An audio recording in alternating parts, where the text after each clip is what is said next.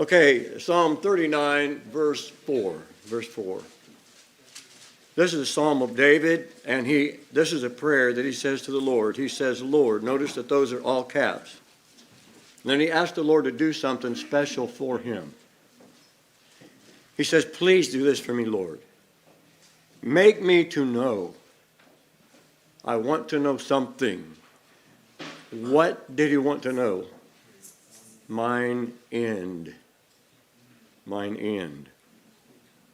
Not only the end, but let me know the measure.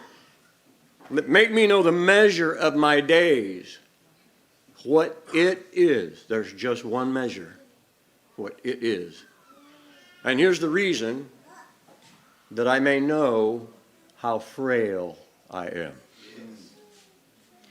In the light of ending this missions conference, and in the light of trying to give a 10-minute charge, there's nothing in my mind more that I can think of that should stimulate us to be involved in spreading the gospel than the condition of the lost. Yes. We know about Christ. We know about Calvary. We know about the empty tomb. We know about the resurrection. We know about the day of Pentecost. We know about that. And we are so used to hearing that, we frequently forget about the present condition of the lost.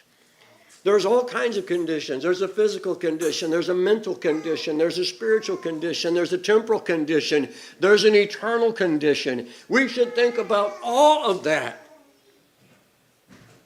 And in the words of Abraham, he said to the rich man who had died and gone to hell and who was suffering in the flames, just requesting one drop of water. He said, but if somebody would rise from the dead, I've got 5 brothers at my house. Please, somebody go warn them. Their present condition was in danger, and this man knew the seriousness of it now. Yes. But he wasted his time, and he wasted his life. And Abraham, in a solemn voice, I guess a solemn voice, that's the way I read it, I picture in my mind. He said, if they will not listen to Moses and the prophets, neither will they listen to Jesus Christ, the one rose from the dead. That's a serious statement. So in our materials, we use the statements of Moses and the prophets. But as in this challenge, David said, and it takes a man with some spiritual discernment and some perception and some inward looking and self-examination to say, Lord, I want to know something. I'm a warrior. I killed Goliath. I've done all these things. But could you show me how much time I have left? Yeah. That will tell me how frail I am. Yeah. That's the reason Solomon says in the book of Ecclesiastes, it's better to go to the house of mourning than the house of feasting, because the wise will lay it to heart. So my challenge today, or this evening for us as we finish this conference, and anticipation to hearing another message from God this evening. Could we, in all seriousness, visualize the present condition of the lost with the word condemned stamped on their very soul? Yeah. With a spot in hell waiting for them already. Wow.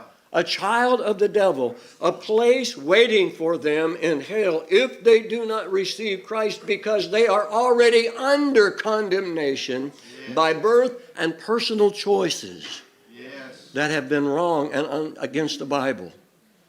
There's only one thing standing between their present condition and their eternal condition: the gospel. Yes. While they live.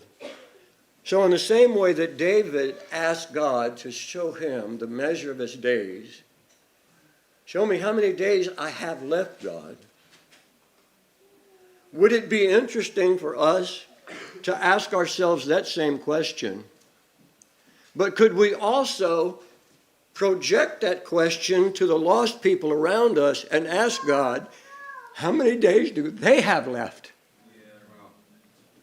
Lord, show me their days. Show me their time. Show me how much time I have to reach them. How much do I have to interact with them before you pull their card and punch it in the eternal time clock that says expired. Then that sets them on a path for eternity into hell before the great white throne judgment, bound hand and foot into the lake of fire. Could we think about the present condition and the eternal condition? This is rescue. This is rescue. There's still a hope of life. But in this condition, there's not even recovery. The place to be forgotten forever by God. That's right. Yeah. Can you think of that? To be forgotten by God's choice. And the smoke of the torment to rise as a testimony to God's justice and righteousness. That's a horrible thing. If the present condition of the lost doesn't motivate us, there's something missing. Something missing. I pray we would search until we would find it in here. Thank you.